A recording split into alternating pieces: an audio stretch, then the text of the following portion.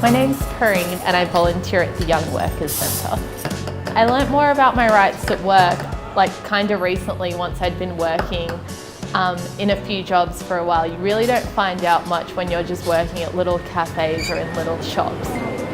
So the first thing I'd say that you need when you're starting out a job is to either have a contract or a letter of offer. It kind of details what your job description is and what you're going to be doing on the day-to-day, how much you're going to be getting paid, and the types of conditions that you'll be working under. And it's really important that it's signed by both you and your boss.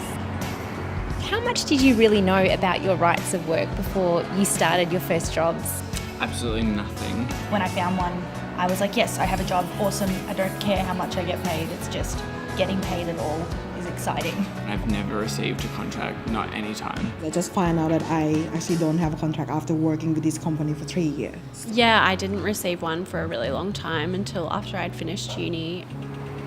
So this is kind of obvious, but it's really important to make sure that you're getting paid for all the hours that you work, not just the hours that, let's say your cafe opens or that your boss decides to roster you on for. If you have to stay back to close, you should get paid for that period as well. Have you guys always been paid for all the hours that you've worked? No, I used to do cleaning after my shift had finished, but if we didn't get it done in time because there was a last minute rush or something, that was never paid for. I used to work at a sandwich shop and I would frequently have to work back and not get paid for the hours. And then at another job I was asked to start work without clocking on a few times because management couldn't afford it. I'd go into retail, they'd make me do tons of online modules from home before I started, and I never actually got paid for that time.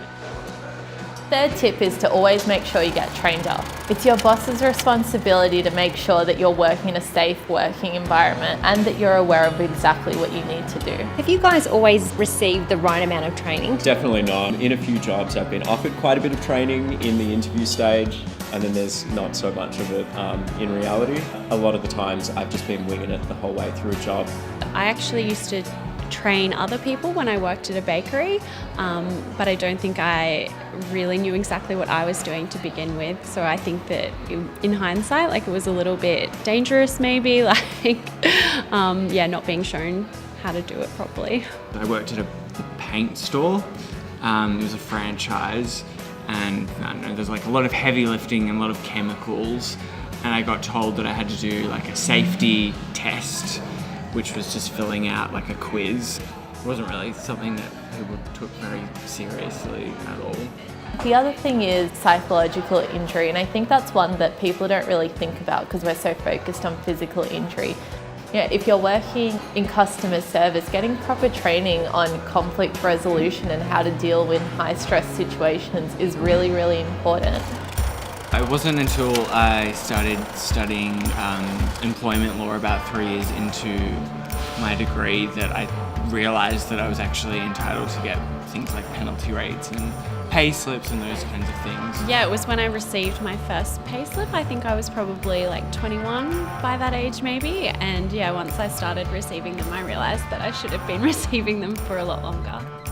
Pay slips are really important because they kind of show you how much money you're making, whether you're getting paid super, and also any penalties that you might be entitled to, especially for weekend or late night work. You should be getting a pay slip within a day of getting paid, so your boss can't just decide to give them to you whenever they want, which kind of leads to my next point, making sure that you're getting paid correctly. How common do you think it is for young people to be getting underpaid? My first cafe job paid $13 an hour. I wasn't brave enough to ask some little bit of deep question about how much we should get paid or the working hour thing. I think it's just because of how widespread wage theft and not getting paid properly is. It's really easy to accept that those are non-existent laws, but it's not. It's actually illegal and you should be getting paid the correct amount, and especially penalty rates. It's actually quite easy to look up how much you're supposed to be getting paid. You can go to the Fair Work website and search Find Your Award, or you could contact the Young Workers Centre and they'll help you figure it out and also give you advice on what to do.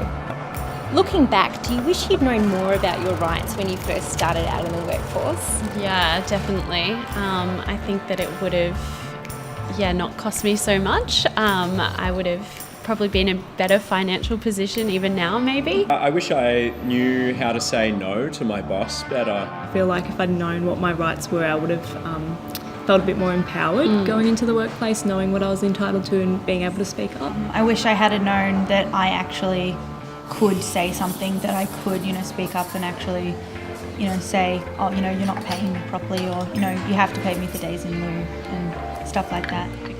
What changed, I guess, finding out that I was entitled and owed money, and that, I should challenge a person that was trying to take advantage of me and not providing me penalty rates or not providing me the minimum wage. That, I realized that they were going home to live in like an incredibly large house with multiple cars off the back of my work. We're in a position now where it's becoming more and more widely accepted that bosses and companies don't have to uphold your workplace rights, and they don't have to pay you properly. And that's really unfair, and we have these laws in place that detail your rights and entitlements, and people have worked really, really hard to get us there and to get our system there. And the only way to protect those and to ensure that they're enforced is if we stand up and do something about it. Join the campaign to make wage theft a crime. Get support and stand together. Feel empowered in your workplace and organise with your friends. Get in contact with your union, join your union, or contact a community legal centre like the Young Workers Centre for advice on what you could do. Our rights and laws haven't just magically materialised, they've been fought for by amazing activists, and they're not really ours to give away. It's really important for us to stand up and to fight for them and to continue to fight.